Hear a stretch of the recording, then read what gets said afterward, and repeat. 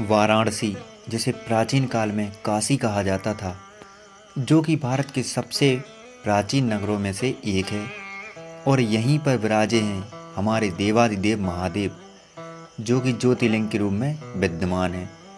भगवान शिव का यह ज्योतिर्लिंग हिंदू धर्म के सबसे प्राचीन तीर्थ स्थलों में से एक है, जो कि काशी विश्वनाथ मंदिर के रूप में जाना जाता है।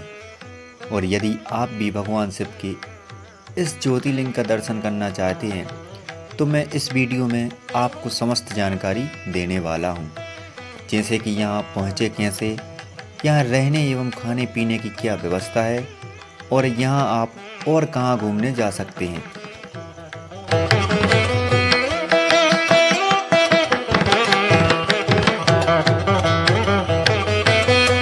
तो वीडियो में आगे बढ़ने से पहले यदि आप चैनल पर नए हैं तो चैनल को सब्सक्राइब कर लें। वीडियो को लाइक एवं कमेंट में हर हर महादेव लिखना ना भूलें।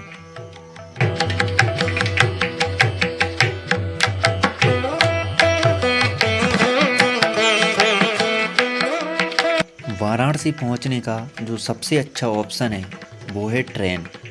यहाँ का नियरेस्ट रेलवे स्टेशन वाराणसी में है और रेलवे स्टेशन से मंदिर की जो दूरी है वो 5 किलोमीटर है और आप रिक्शा में 40 से 50 रुपये देकर मात्र 30 मिनट में मंदिर परिसर तक पहुंच सकते हैं।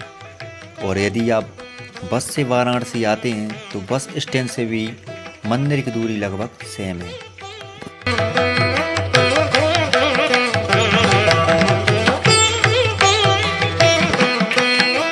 और यदि आप फ्लाइट द्वारा वाराणसी आना चाहते हैं तो यहाँ का जो नियरेस्ट एयरपोर्ट है वो लाल बहादुर शास्त्री अंतर्राष्ट्रीय एयरपोर्ट है, जो कि वाराणसी में है और यहाँ से मंदिर की जो दूरी है वो 25 किलोमीटर है।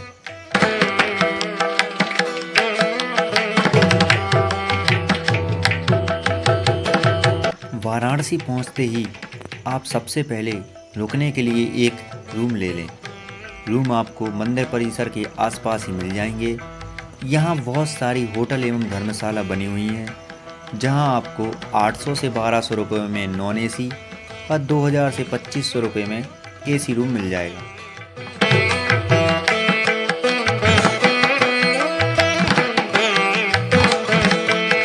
रूम में थोड़ा आराम कर एवं फ्रेश होकर आप निकल जाइए गंगा जी में स्नान करने के लिए।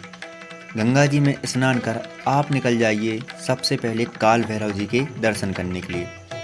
पुराणों के अनुसार हमें गंगा स्नान कर सबसे पहले काल भैरव जी के दर्शन करना चाहिए। यदि हो सके तो आप काल भैरव जी के दर्शन सुबह जल्दी ही कर लें, क्योंकि यहाँ सुबह 9 बजे के बाद काफ़ी भीड़ हो जाती है और आपको दर्शन करने में 2 घंटे तक का समय लग सकता है। ऐसा कहा जाता है कि बाबा विश्वनाथ ने काल भैरव को काशी का क्षेत्रपाल नियुक्त किया था।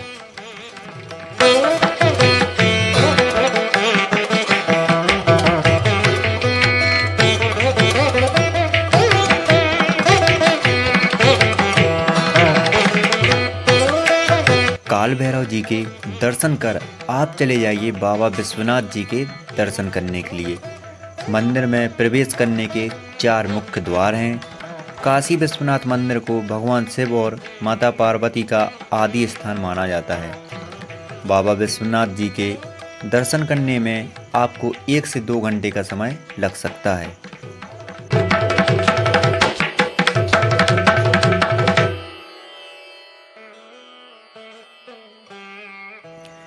ऐसा कहा जाता है कि जो कोई भी गंगा नदी में स्नान कर बाबा विश्वनाथ के दर्शन कर ले तो उसे मोक्ष की प्राप्ति होती है। दर्शन करने के बाद आप पास ही में विराजमान माता अन्नपूर्णा के भी दर्शन कर लें। इन मंदिरों में दर्शन कर आप निकल जाइए यहाँ के और भी प्लेसेस को विजिट करने के लिए, लेकिन उससे पहले आप थोड़ा भोजन कर लें। भोजन के यहाँ बहुत सारे छोटे बड़े रेस्टोरेंट हैं, जहाँ आपको 80 से 100 रुपये में वेज थाली मिल जाएगी।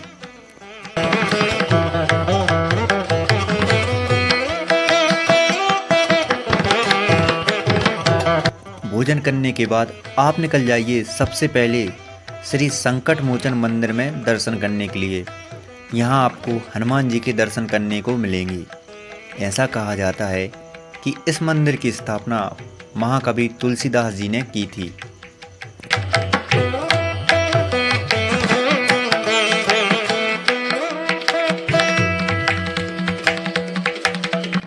संकट मोचन जी का दर्शन करने के बाद आप चले जाएं बनारस के फेमस काशी हिंदू विश्वविद्यालय में, जिसे आप बनारस हिंदू यूनिवर्सिटी के नाम से जानते होंगे।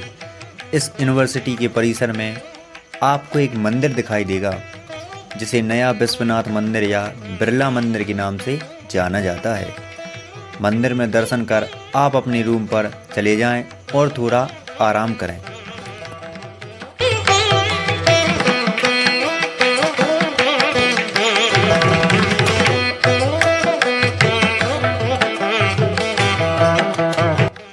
और शाम होते ही आप चले जाएं दशाश्वमेध घाट पर गंगा आरती देखने के लिए।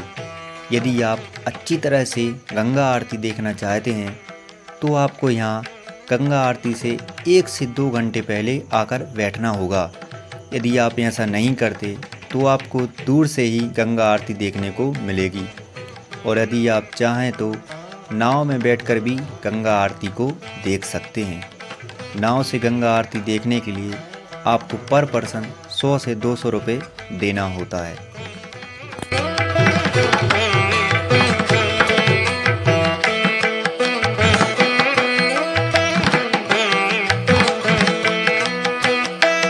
गंगा आरती देखने के बाद आप चले जाएं मां अन्नपूर्णा देवी के मंदिर में, जहां आपको निःशुल्क प्रसाद के रूप में भोजन की व्यवस्था उपलब्ध कराई जाती है। तो आप चाहें तो यहाँ अपना रात का भोजन कर सकते हैं। काशी में चाट बहुत फेमस है, तो आप इसे ट्राई करना ना भूलें।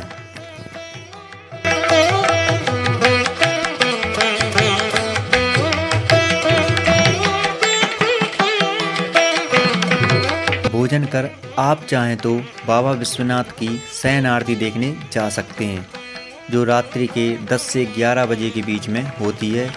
यह आरती बिल्कुल निःशुल्क है। व अन्य जो आरती हैं उनको देखने के लिए आपको पैसे देने होंगे।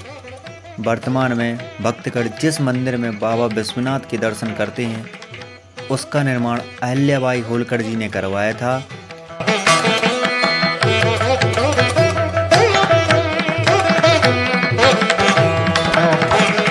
आरती देखने के बाद अब आप अपने रूम पर चले जाएं और इसी के साथ हमारा डे 1 कंप्लीट होता है।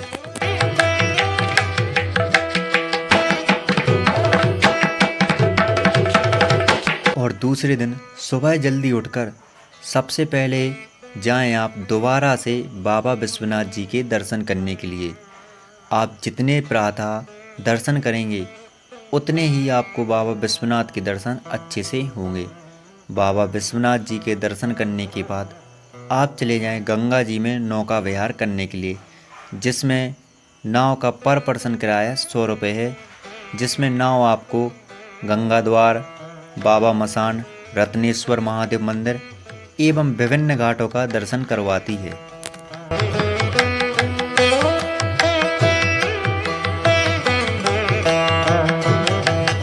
इन घाटों में जो सबसे फेमस घाट है वो है मणिकर्णिका घाट, जहाँ की अग्नि कभी भी शांत नहीं होती।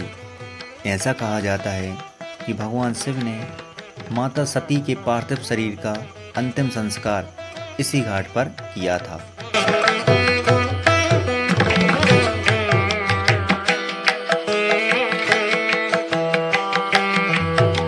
नौका विहार करने के बाद आप चले जाइए मृत्युंजय महादेव मंदिर में दर्शन करने के लिए।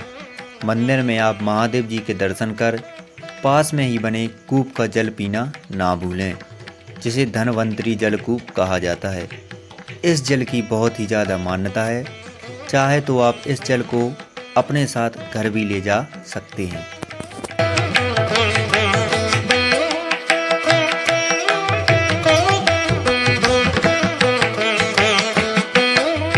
मृत्युंजय महादेव मंदिर में दर्शन कर अब आप चाहें तो अपनी यात्रा को यहीं संपन्न कर सकते हैं, या आप पुनः शाम को गंगा आरती देखकर भी अपनी यात्रा को संपन्न कर सकते हैं।